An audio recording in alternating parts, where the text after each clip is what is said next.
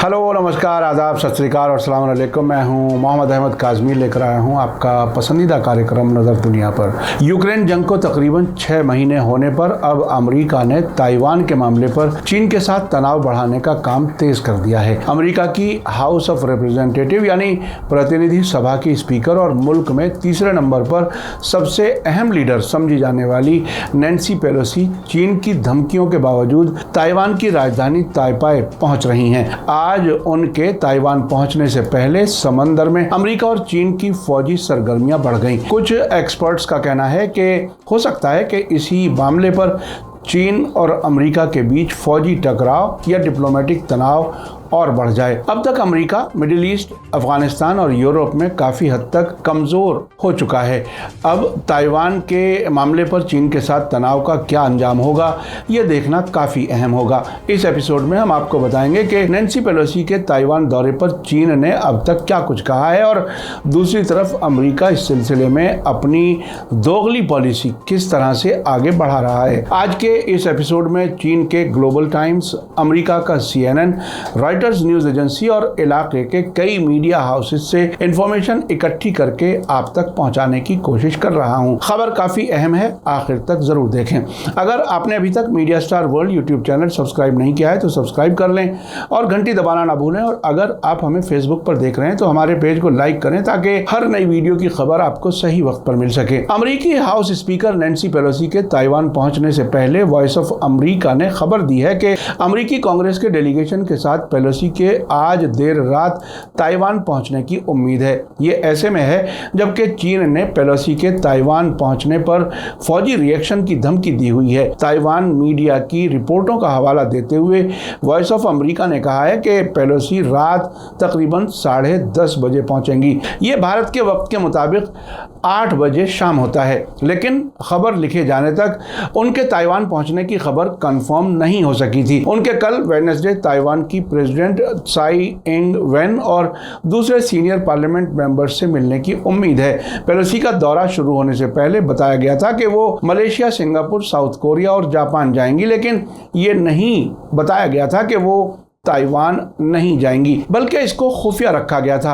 खबर लिखे जाने तक नैन्सी पेलोसी का जहाज ताइवान में नहीं उतरा था, बल्कि चीन की तरफ से इस इलाके में जहाज़ों की कुछ ज़्यादा उड़ानों की खबर थी। अमेरिका ने अपनी पूरी तैयारी की हुई थी। ताइवान के एयरपोर्ट पर हमले की भी धमकियां आ चुकी थीं। हमने उनके शेड्यूल टाइम तक इंतज़ार किया, लेकिन उनके ताइवान पहुंचने की खबर अभी कंफर्म नहीं हो सकी थी। हफ्तों से मीडिया में अंदाजा लगाया जा रहा था कि क्या चीन की खास नुक्ताचीनी करने वाली अमेरिकी house speaker Nancy Pelosi Taiwan जाएंगी या नहीं। चीन ने धमकी दी थी कि उनका यह दौरा ऑटोनोमस आइलैंड ताइवान पर चीन की संप्रभुता यानी सॉवरेनिटी की नाकाबिले बर्दाश्त खिलाफ वर्जी होगा। चीन की फॉरेन मिनिस्ट्री के स्पोक्सपर्सन जाओ लिजियन ने कल मंडे को धमकी देते हुए कहा था कि ऐसी हालत में उनकी फौज बेवकूफ़ी से नहीं बैठी रहेगी, बल्कि चीन की सॉवरेनिटी और इलाकाई अखंडता को बनाए रखने के लिए मजबूत जवाबी कदम उठाएगी। रॉयटर्स न्यूज एजेंसी ने एक अनजान सोर्स के हवाले से बताया है कि आज सुबह सवेरे कई चीनी जंगी जहाज और जंगी बेड़े ताइवान स्ट्रेट यानी जल डमरू मध्य में मिडिल लाइन के पास पहुंचे हैं। चीनी जहाज़ों ने गैर सरकारी तौर पर बनी डिवीजन लाइन को हल्के से छूकर और जल डमरू मध्य के दूसरी तरफ चक्कर लगाने की बहुत ही उकसाने वाली फौजी कार्रवाई की है। रॉयटर्स ने यह भी बताया है कि हालात पर नजर रखने के लिए ताइवान ने जहाज भेजे हैं। व्हाइट हाउस के अफसरों ने मंडे को पेलोसी के दौरे को कंफर्म करने से इनकार कर दिया था, लेकिन चीन से किसी भी फौजी उकसावे से बचने की अपील भी की थी। White house national security council के अफसर जॉन किर्बी ने कहा था कि बीजिंग के पास लंबे वक्त से चली आ रही अमेरिकी पॉलिसी के मुताबिक मुमकिन दौरे को किसी तरह के क्राइसिस में बदलने या ताइवान स्ट्रेट में या उसके आसपास हमलावर फौजी सरगर्मी बढ़ाने के बहाने के तौर पर इस्तेमाल करने की कोई वजह नहीं है। किर्बी ने इस बात पर चिंता जताई है कि चीन ताइवान के चारों तरफ मिसाइलें दागकर बड़े पैमाने पर फौजी एक्सरसाइज करके या मिडिल लाइन के पार बड़ी तादाद में जहाज़ों को भेजकर जवाब दे सकता है। उन्होंने कहा कि चीन फर्जी कानूनी दावों पर भी जिद कर सकता है, जैसे कि ताइवान जलडमरू मध्य एक इंटरनेशनल वाटरवे नहीं है। जॉन किर्बी ने कहा कि स्पीकर ने किसी दौरे के प्लान को कंफर्म नहीं किया है और ऐसा करना पेलोसी और उनके स्टाफ पर डिपेंड करता है। हम उनके दौरे या स्टॉप ओवर के बारे में कोई अटकल नहीं लगाएंगे। स्पीकर को ताइवान जाने का हक है। उधर आज ही चीनी रेडियो की हिंदी सर्विस की वेबसाइट के मुताबिक चीनी फॉरेन मिनिस्ट्री की स्पोक्सपर्सन हुआ शुनयिंग ने रेगुलर प्रेस कॉन्फ्रेंस के दौरान अमेरिकी फॉरेन मिनिस्टर के नैन्सी पेलोसी के मुमकिना ताइवान दौरे के बारे में दिए गए बयान के बारे में कहा कि उन्हें लगता है कि पूरी दुनिया बहुत अच्छे तरीके से देख सकती है कि ये अमेरिका है जो भड़काऊ कार्रवाई कर रहा है, जिसकी वजह से ताइवान स्ट्रेट में तनाव बढ़ गया है और अमेरिका इसके लिए पूरी तरह से जिम्मेदार है। अमेरिकी फॉरेन मिनिस्टर का बयान झूठ को सच में बदलने की कोशिश है, जिससे एक बार फिर अमेरिका के कुछ लोगों की इंपीरियलिस्ट और लुटेरों जैसी सोच गहराई से दिखाई देती है। उन्होंने आगे कहा कि यानी कि मैं आपको मनमाने ढंग से उकसा सकता हूं, लेकिन आप मुखालिफत या बचाव नहीं कर सकते। हाल ही में चीन ने बीजिंग और वॉशिंगटन में कई चैनलों और सभी सतहों पर अपनी संजीदा मुखालिफत साफ जाहिर की थी कि चीन नैन्सी पेलोसी के ताइवान दौरे की सख्त मुखालिफत करता है। उन्होंने इस मौके पर कुछ बिंदुओं को भी दोहराया। उन्होंने कहा कि पहले तो ये कि अमेरिकी सरकार की सभी इंस्टीट्यूशंस को अमेरिकी फॉरेन पॉलिसी पर अमल करना चाहिए। 1979 में अमेरिकी सरकार ने चीन और अमेरिका के बीच डिप्लोमेटिक ताल्लुकात कायम करने के समझौते में साफ तौर पर वादा किया था कि अमेरिका ने चीन की अकेली कानूनी सरकार को ही मान्यता दी है। अमेरिकी सरकार के हिस्से के तौर पर कांग्रेस को अमेरिकी सरकार की ही फॉरेन पॉलिसी पर सख्ती से अमल करना चाहिए। दूसरा ये कि अब से पहले कि कुछ अमेरिकी डिप्लोमेट्स की गलत कार्रवाइयां मिसाल नहीं होनी चाहिए और ताइवान के मामले पर गलती करने का बहाना भी नहीं होना चाहिए।